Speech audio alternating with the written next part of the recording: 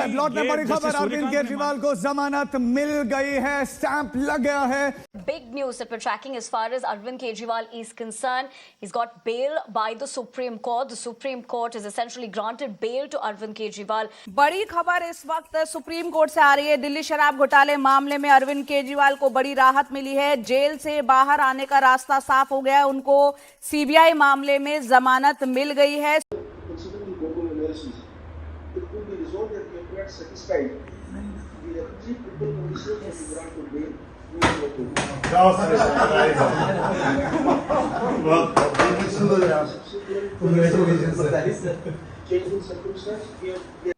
तो दोस्तों, ये वो लम्हा था जब दिल्ली के मुख्यमंत्री अरविंद केजरीवाल को बेल मिल गई और जैसे ही सुप्रीम कोर्ट ने इस बात का ऐलान किया, मनीष सिसोदिया और आतिशी मरलेना ने एक दूसरे को गले लगा लिया। जी हां, सीबीआई के मामले में भी अरविंद केजरीवाल को बेल मिल गई है। याद कीजिएगा, इससे पहले सुप्रीम कोर्ट प्रवर्तन निदेशालय यानी कि ईडी के केस में भी कथित शराब घोटाले में अरविंद केजरीवाल को बेल दे चुकी है। वो सो कॉल्ड शराब घोटाला जिसमें एक नया पैसा रिश्वत के तौर पर जांच एजेंसीज को कहीं नहीं मिला, मगर सिर्फ गवाही के आधार पर अरविंद केजरीवाल को जेल में डाल दिया गया था, सिर्फ गवाही के आधार पर। दोस्तों, आज मैं आपको बतलाने चाहता हूं, आज जो सुप्रीम कोर्ट ने ऐलान किया है, उसने लगभग अरविंद केजरीवाल के खिलाफ जो भारतीय जनता पार्टी सरकार का केस है, उसे पूरी तरह से धराशायी कर दिया। और मैं आपको बताना चाहता हूं क्यों। सबसे पहली बात, सीबीआई के मामले में बेल मिल गई है। मैं आपको एक और चीज याद दिलाना चाहूंगा दोस्तों। याद कीजिए, कुछ हफ्तों पहले सुप्रीम कोर्ट का एक और फैसला आया था। उस फैसले में क्या कहा गया था कि ईडी की गिरफ्त में अगर कोई व्यक्ति होगा तो उसकी गवाही के आधार पर किसी को गिरफ्तार नहीं किया जा सकता और उसकी गवाही को और उसके बयान को सबूत के तौर पर नहीं माना जा सकता। मैं आपको याद दिलाना चाहूंगा, माघुंटा रेड्डी का बेटा राघवा रेड्डी बयान देता है और उसी के आधार पर अरविंद केजरीवाल और बीआरएस की के कविता को गिरफ्तार किया जाता है। अब इन दोनों मामलों को मिलाइए। सुप्रीम कोर्ट द्वारा न सिर्फ ईडी बल्कि सीबीआई मामले में बेल मिलना और सुप्रीम कोर्ट का वो फैसला जिसमें उन्होंने कहा था कि ईडी की गिरफ्त में अगर कोई व्यक्ति गवाही देता है तो उसे सबूत नहीं माना जा सकता। अब इन दोनों चीजों को मिलाइए। इसीलिए मैंने कहा दोस्तों, अरविंद केजरीवाल के खिलाफ जो ये पूरा प्रोपेगेंडा है वो लगभग अब खत्म हो गया है दोस्तों। सबसे बड़ी बात, जो बात आम आदमी पार्टी लगातार कहती रही, जो बात लगातार सामने आती रही, एक पैसा रिश्वत में सामने उभर कर नहीं आया, मगर बावजूद उसके सत्येंद्र जैन जो अब भी जेल में है, मनीष सिसोदिया जो जेल में थे रिहा हो गए, संजय सिंह जेल में थे रिहा हो गए, अरविंद केजरीवाल आखिरकार सीबीआई और ईडी दोनों मामले में बेल मिल गई है। दोस्तों, सबसे बड़ी बात, जस्टिस सूर्यकांत और जस्टिस भूया ने अपनी टिप्पणी में कई महत्वपूर्ण बातें कही हैं। उनका यह कहना था कि ऐसा लग रहा था मानो सीबीआई इस बात का इंतजार कर रही थी कि ईडी के मामले में अरविंद केजरीवाल को बेल मिल जाए और हम अचानक अरविंद केजरीवाल को धर दबोचें। 22 महीने तक सीबीआई ने कोई गिरफ्तारी नहीं की और उसके बाद जाके गिरफ्तारी की जाती है, यानी कि प्रक्रिया ही सजा है। जस्टिस भूया ने तल्ख तेवर अपनाते हुए यह कह डाला है कि सुप्रीम कोर्ट के आचरण पर ढेरों सवाल उठते हैं। जिस तरह से अरविंद केजरीवाल को जेल में रखा गया है, उससे स्पष्ट है कि प्रक्रिया ही सजा है। जेल में रखो, बदनामी करो और इस पूरे मामले में एक हवा बनाओ अपने प्रचार तंत्र, अपने दो रुपल्ली ट्रोल्स और अपने आधे अधूरे अधकचरे प्रवक्ताओं के जरिए, जिसके जरिए विपक्ष के नेताओं को बदनाम किया जाए। मैं आपको बतलाना चाहूंगा दोस्तों, इस मुद्दे पर जस्टिस भूया ने कहा क्या है। एक एक शब्द पर गौर कीजिएगा जो आपके स्क्रीन पर आ रही है। सबसे पहले सीबीआई पर सवाल। उन्होंने कहा कि जिस तरह से उन्हें गिरफ्तार किया गया, इसकी टाइमिंग और इसकी जरूरत पर सवाल उठते हैं।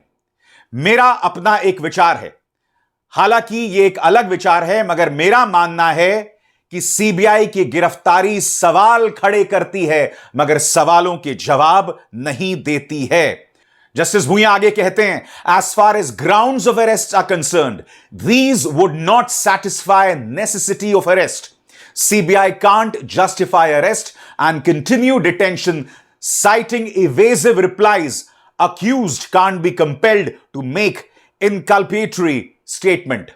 यानी इसका सरल शब्दों में कहा जाए, जहां तक जिस बुनियाद पर उन्हें गिरफ्तारी किया गया है, वो बुनियाद गिरफ्तारी की नहीं हो सकती. यानी कि जिस आधार पर गिरफ्तार किया गया है वो वाजिब नहीं है, वो ठीक नहीं है. आगे जस्टिस भूया ने यह भी कहा कि ऐसा नहीं हो सकता कि सीबीआई से सीधे सवाल किए जाएं और वो गाहे बघाए बगले झांकते हुए देखे.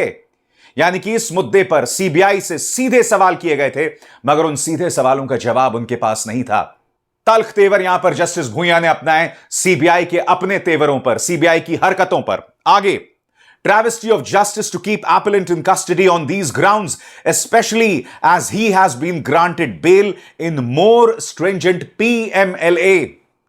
साफ तौर पर जस्टिस भूया कह रहे थे कि prevention of money laundering act में अरविंद केजरीवाल को बेल मिल चुकी है, और हम यह ना भूलें PMLA में कानून और ज्यादा सख्त है. ऐसे में सीबीआई के पास कोई अधिकार नहीं है कि उन्हें हिरासत में रखे और उन्हें जेल में रखे. मगर मैं आपको बतलाना चाहूंगा दोस्तों, इसी के साथ सुप्रीम कोर्ट ने एक और आदेश दिया है कि अरविंद केजरीवाल फाइलों पर दस्तखत नहीं कर सकते और अपने दफ्तर नहीं जा सकते. इस मामले में खबर क्या कह रही है आपके स्क्रीन पर? फाइल पर दस्तखत नहीं कर पाएंगे और दफ्तर नहीं जा पाएंगे अरविंद केजरीवाल.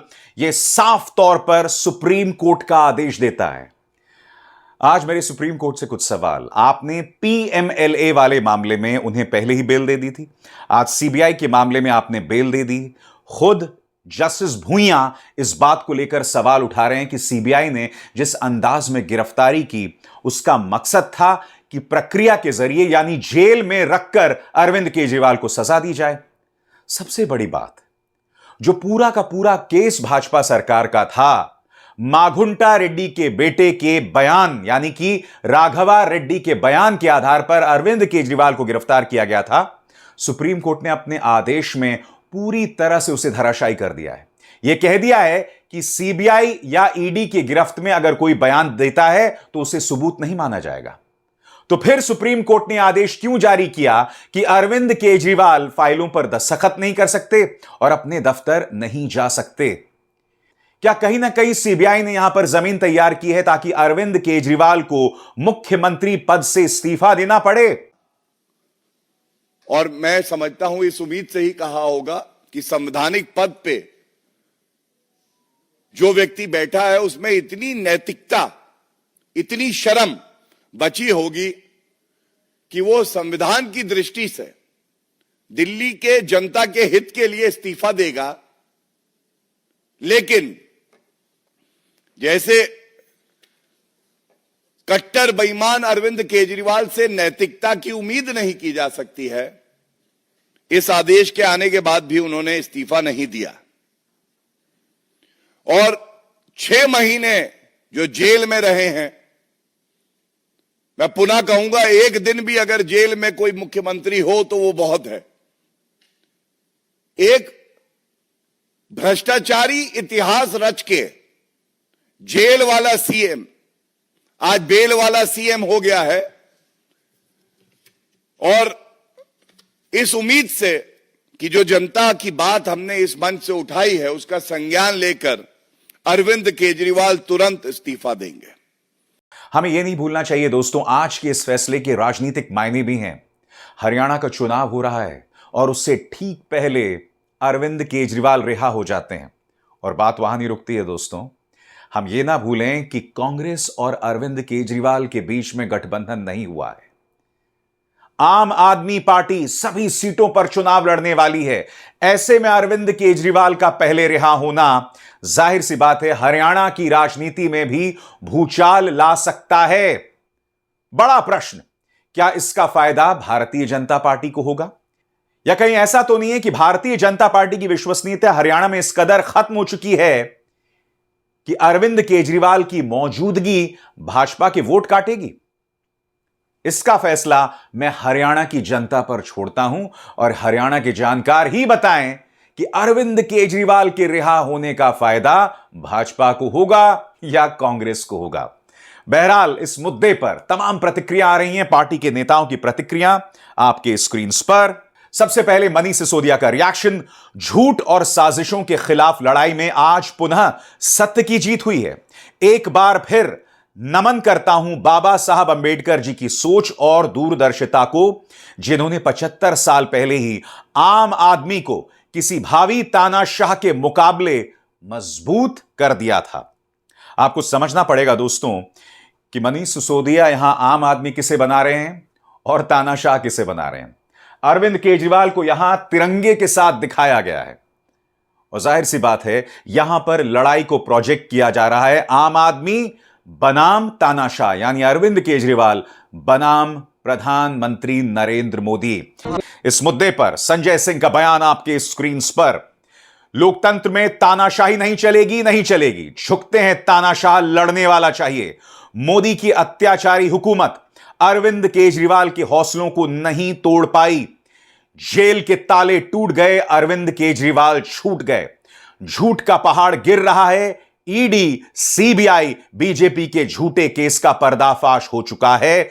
सत्यमेव जयते। दोस्तों, अरविंद केजरीवाल कम से कम 3 से 4 महीने जेल में थे और आखिरकार उनकी रिहाई हो गई। मगर कहीं ना कहीं भारतीय जनता पार्टी को एक जरिया मिल गया है अब भी अरविंद केजरीवाल पर प्रहार बोलने के लिए, क्योंकि सुप्रीम कोर्ट ने कह दिया है कि वो किसी फाइल पर दस्तखत नहीं कर पाएंगे। मगर मैं आपको बतलाना चाहूंगा इसका भी विरोध एक जज ने किया। 2 जजेस का फैसला था, उनमें से एक जज ने कहा कि यह फैसला क्यों किया गया है मैं समझ नहीं पा रहा हूं। क्यों अरविंद केजरीवाल को फाइल में दस्तखत करने की आजादी नहीं है? मैं आपको बतलाना चाहता हूं इस मुद्दे पर जस्टिस भूया ने क्या कहा। आपके स्क्रीन पर अंग्रेजी में बयान है, मैं फिर उसका हिंदी में अनुवाद करता हूं।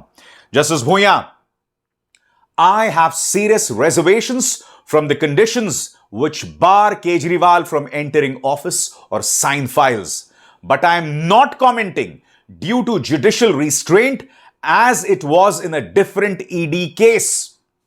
यहां पर जस्टिस भूया कहते हैं कि मुझे गहरी आपत्ति है उस शर्त पर जिसमें केजरीवाल ना फाइल्स पर दस्तखत कर पाएंगे ना अपने दफ्तर जा पाएंगे। मगर मैं इस पर कोई टिप्पणी इसलिए नहीं करना चाहता हूं क्योंकि इसको लेकर कुछ न्यायिक संयम बरतना होगा, क्योंकि यह मामला ईडी के केस में था। दोस्तों, जब ईडी को लेकर फैसला आया था तो यह शर्त जो है उस वक्त लगा दी गई थी, मगर सुप्रीम कोर्ट ने इस पर कोई टिप्पणी नहीं की।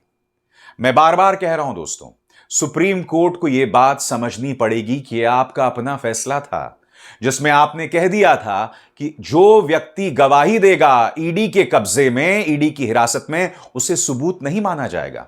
यह पूरा मामला खड़ा हुआ है क्योंकि एक राघव रेड्डी ने अरविंद केजरीवाल के खिलाफ गवाही दी। उनके पिता भाजपा गठबंधन में चले गए, उनके खिलाफ कोई केस नहीं बनाया गया। और यही टिप्पणी तो सुप्रीम कोर्ट ने की थी कि ऐसा कैसे हो सकता है कि एक व्यक्ति को आप गवाह बना देते हैं और दूसरे व्यक्ति को आप जेल में डाल देते हैं। स्वाभाविक सी बात है, ये तमाम मुद्दे हैं जिस पर भारतीय जनता पार्टी सरकार कटघरे में है। आपको समझना पड़ेगा दोस्तों, यह भारतीय जनता पार्टी की राजनीति है। जो विपक्ष या विपक्षी नेता उनके पाले में शामिल ना हो, उन्हें जेल में डाल दिया जाए या जेल का डर दिखलाया जाए। भ्रष्टाचार के मुद्दे पर भारतीय जनता पार्टी से ज्यादा किसी ने समझौता नहीं किया है। महाराष्ट्र इसकी मिसाल है। अशोक चव्हाण, अजीत पवार, छगन भुजबल, नारायण राणे, हेमंत बिस्व शर्मा, मुकुल रॉय, लंबी फहरिस्त है, कितना गिनाइएगा। आप भूल गए इंडियन एक्सप्रेस की रिपोर्ट, 25 लोग थे जिन पर भ्रष्टाचार के गंभीर मामले थे, वो सब के सब भाजपा में शामिल हो गए। उनमें से 23 लोगों के खिलाफ केसेस खत्म हो गए। भारतीय जनता पार्टी ने भ्रष्टाचार का मजाक बना दिया है। इसीलिए अरविंद केजरीवाल पर सीबीआई को लेकर, ईडी को लेकर सुप्रीम कोर्ट का जो फैसला आया है और ईडी की हिरासत में गवाहों की गवाही को लेकर जो फैसला आया है वो मील का पत्थर साबित होगा।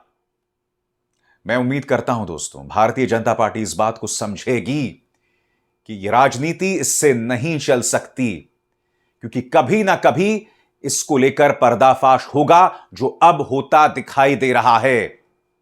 मैं आपको बतलाना चाहूंगा दोस्तों, इस मुद्दे पर आम आदमी पार्टी ने प्रेस कॉन्फ्रेंस भी की है। आइए सुनते हैं पार्टी के नेता क्या कह रहे हैं। दिल्ली के लोकप्रिय मुख्यमंत्री अरविंद केजरीवाल जी की रिहाई बेल के संबंध में जो आज फैसला दिया है वो कई मायने में महत्वपूर्ण है। सबसे पहले तो निश्चित रूप से आम आदमी पार्टी के लिए, दिल्ली सरकार के लिए, हम सब के लिए, हम सब के परिवारों के लिए ये बहुत बड़ी राहत की बात है, बहुत भावुक क्षण है कि हमारे भाई, हमारे प्रिय नेता, हमारे गुरु, राजनीतिक गुरु अरविंद केजरीवाल जी भारतीय जनता पार्टी के तमाम कुचक्रों के बाद बाहर आएंगे। उनकी तमाम साजिशें रखी रह जाएंगी भारतीय जनता पार्टी वालों की। लेकिन साथ साथ बात सिर्फ केजरीवाल जी की जमानत की नहीं है। आज माननीय सुप्रीम कोर्ट ने भारतीय जनता पार्टी को भी एक बहुत बड़ा संदेश दिया है कि तुम्हें अपनी तानाशाही बंद करनी पड़ेगी। आज माननीय सुप्रीम कोर्ट का आदेश भारतीय जनता पार्टी के मुंह पे एक कड़ा तमाचा है कि आप एजेंसियों का दुरुपयोग कर रहे हो। आपने एजेंसियों को अपना केज पैरेट बना के रखा हुआ है। ऑनरेबल सुप्रीम कोर्ट ने बहुत साफ शब्दों में कहा कि सीबीआई केज पैरेट की तरह से काम कर रही है। माननीय सुप्रीम कोर्ट का यह फैसला सिर्फ पार्टी, सरकार या व्यक्ति के लिए, हमारे लिए महत्वपूर्ण नहीं है। केवल देश के आम आदमी को ऑनरेबल सुप्रीम कोर्ट का साफ संदेश है, साफ भरोसा है कि आप चिंता मत करो। अगर कोई तानाशाही चलाएगा, अगर कोई एजेंसियों का दुरुपयोग करेगा, तो देश का संविधान उसकी रक्षा के लिए है। संदेश साफ है ऑनरेबल सुप्रीम कोर्ट का कि तानाशाही के खिलाफ देश का संविधान हर आम आदमी के लिए रक्षा के लिए है। और भारत में अगर किसी की चलेगी, ना तानाशाही की चलेगी, ना सीबीआई की चलेगी, ना ईडी की चलेगी, ना इनके तानाशाही कानूनों की चलेगी। भारत में अगर किसी की चलेगी तो देश के संविधान की चलेगी। ये ऑनरेबल सुप्रीम कोर्ट के फैसले से साफ संदेश है। दूसरी बात, ऑनरेबल सुप्रीम कोर्ट के संदेश से यह साफ है कि भारतीय जनता पार्टी सीबीआई को और ईडी को अपने तोता मैना की तरह इस्तेमाल करते हुए अरविंद केजरीवाल जी को अंदर रखने के लिए साजिशें रच रही थी। खुद ऑनरेबल सुप्रीम कोर्ट में यह कहा गया आज कि जिस तरह से सीबीआई ने सीएम साहब को अरेस्ट किया, उससे यह साफ हो जाता है कि सीबीआई जानबूझकर केजरीवाल जी को अंदर रखने की मंशा के तहत उनको गिरफ्तार कर रही थी। यह बात आज के ऑनरेबल सुप्रीम कोर्ट के फैसले में साफ हो रही है। केजरीवाल जी को जेल में रखने की मंशा के तहत सीबीआई केजरीवाल जी को अरेस्ट करती है। और यह मंशा किसकी है? केजरीवाल जी ने कुछ गलत तो किया नहीं। मंशा है भारतीय जनता पार्टी की। भारतीय जनता पार्टी की यह मंशा थी कि अरविंद केजरीवाल जी अंदर रहें जेल के। इसलिए जब ईडी से केजरीवाल जी बाहर आने लगे तो उस वक्त सीबीआई से उनको अरेस्ट कराया गया। बहुत सोची समझी साजिश के तहत सीबीआई ने किसी करप्शन में अरेस्ट नहीं किया, बीजेपी की मंशा से अरेस्ट किया है केजरीवाल जी को। यह बात हम कह रहे थे, आज ऑनरेबल सुप्रीम कोर्ट ने इसको सही ठहराया है कि सीबीआई ने बीजेपी की मंशा को पूरा करने के लिए केजरीवाल जी को उस वक्त अरेस्ट किया जब वो ईडी के केस से बाहर आने वाले थे। तो भारतीय जनता पार्टी को इस पर थोड़ा सा आत्मावलोकन करना चाहिए, शर्म महसूस करनी चाहिए इस बात के लिए कि इतना खुलेआम वो सीबीआई का दुरुपयोग कर रही थी। आज सुप्रीम कोर्ट में एक्सपोज हो गई है बुरी तरह से भारतीय जनता पार्टी। थोड़ा उनको माफी मांगनी चाहिए देश से, देश के संविधान से, बाबा साहब से माफी मांगनी चाहिए भारतीय जनता पार्टी को कि किस तरह से वो एजेंसियों का दुरुपयोग करके दिल्ली के एक चुने हुए मुख्यमंत्री को अंदर डालते हैं, एक कट्टर ईमानदार आदमी को अंदर डालते हैं, और फिर जब एक एजेंसी के झूठे मुकदमों से वो छूटने वाले होते हैं तो फिर दूसरी एजेंसी को लगा के उनको अरेस्ट करवा देते हैं। यह बात आज एक्सपोज हो गई केजरीवाल जी के संबंध में, मुकदमे के जो बेल के संबंध में उन्होंने दिया। और तीसरी बात हम सब के लिए बहुत सुखद यही है, जो मैंने पहले भी कहा कि लोगों का अरविंद केजरीवाल जी के प्रति बहुत प्यार है। लोगों का प्यार, भगवान राम की, हनुमान जी की कृपा और देश के संविधान का कवच, ये तीनों अरविंद केजरीवाल जी के साथ हैं। और जब तक लोगों का प्यार अरविंद केजरीवाल जी के साथ है, जब तक भगवान राम की, हनुमान जी की कृपा अरविंद केजरीवाल जी के साथ है, जब तक देश के संविधान का रक्षा कवच अरविंद केजरीवाल जी के साथ में है, केजरीवाल जी जैसे कट्टर ईमानदार आदमी का कोई कुछ नहीं बिगाड़ सकता। ये बात आज साफ हो गई है। यही हमें रखना था। इस पे संजय भाई।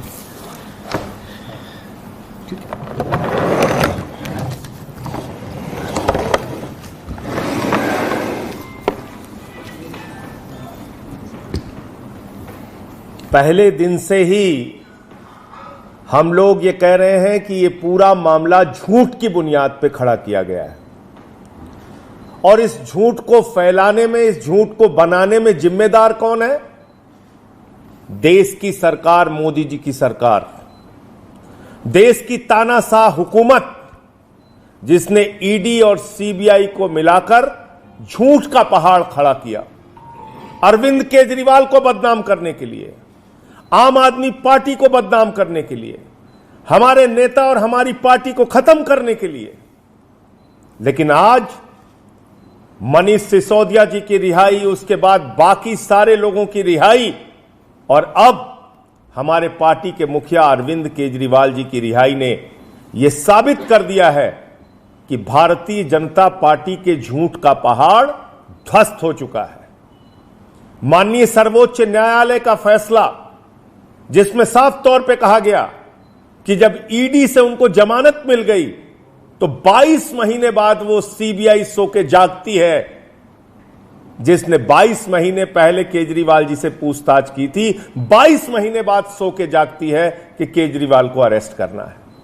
इसका मतलब सीबीआई की अरेस्ट, ईडी की अरेस्ट, ये अपने खुद की जांच एजेंसी की अरेस्ट नहीं थी, नरेंद्र मोदी सरकार के द्वारा कराई गई अरेस्ट थी।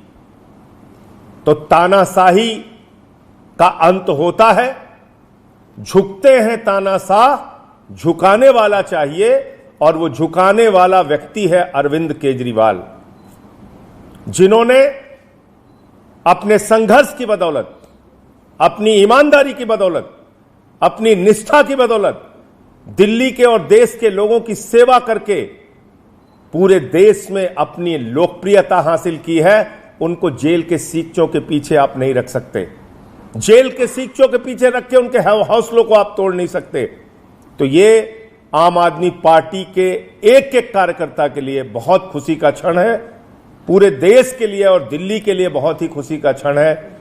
अब हरियाणा और दिल्ली के रण में भारतीय जनता पार्टी को बुरी तरीके से हम लोग पराजित करेंगे और केजरीवाल जी के बाहर आने के बाद उस अभियान में भी बहुत बड़ी मजबूती मिलेगी।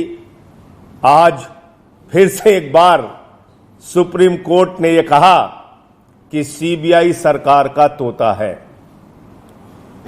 तोता मैना, ईडी, सीबीआई, इनका इस्तेमाल करके आप बाबा साहब के संविधान को खत्म नहीं कर सकते।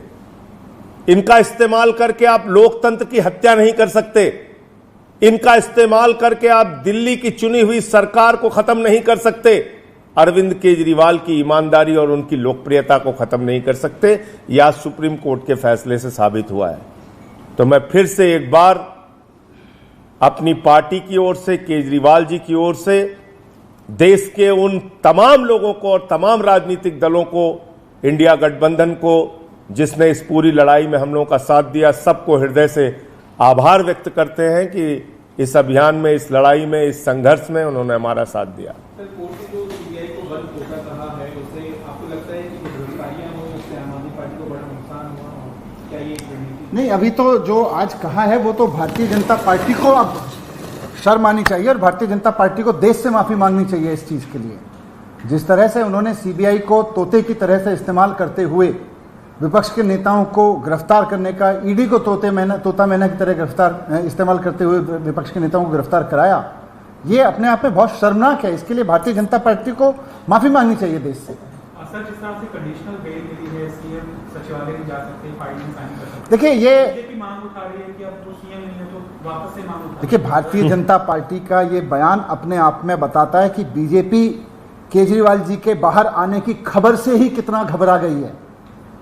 अब केजरीवाल जी बाहर आ रहे हैं, बीजेपी को ये दिख गया है, बीजेपी बाहर आने की खबर से घबरा गई है, इसलिए इस तरह के बयान दे रही है। बीजेपी वालों को भी पता है कि इस तरह की कंडीशंस आगे कोर्ट में चैलेंज होंगी तो रुकेंगी नहीं। लेकिन आज बीजेपी जो ये कहने की कोशिश कर रही है, अपनी जो कहते हैं ना खिसियां नहीं बिल्ली खंबा नोचे, बीजेपी की स्थिति ये हो गई है। वो कंडीशन पहले बेल चिल्ला रहे थे, कंडीशन चिल्ला रहे हैं। कुल मिला के केजरीवाल जी बाहर आ रहे हैं और इनको ये घबराहट हो रही है बीजेपी को कि अब केजरीवाल जी बाहर आएंगे तो अब क्या होगा। अरे जब दो जजों का फैसला आया, एक जज के फैसले में साफ तौर पे सीबीआई को बिल्कुल सरकार के तोते के रूप में इस्तेमाल करने की बात कही गई है, तो ये अपने आप में कोई कंडीशन नहीं रखती केजरीवाल जी के ऊपर। आगे तो बड़ा सवाल ये दोस्तों, क्या भारतीय जनता पार्टी सुधरेगी? क्या वो बाज आएंगे अपनी उस राजनीति से जिसके जरिए वो विपक्ष के नेताओं पर निशाना साध रहे हैं? यह सवाल उठेगा और बार बार उठेगा। अब इसार शर्मा को दीजिए इजाजत। नमस्कार।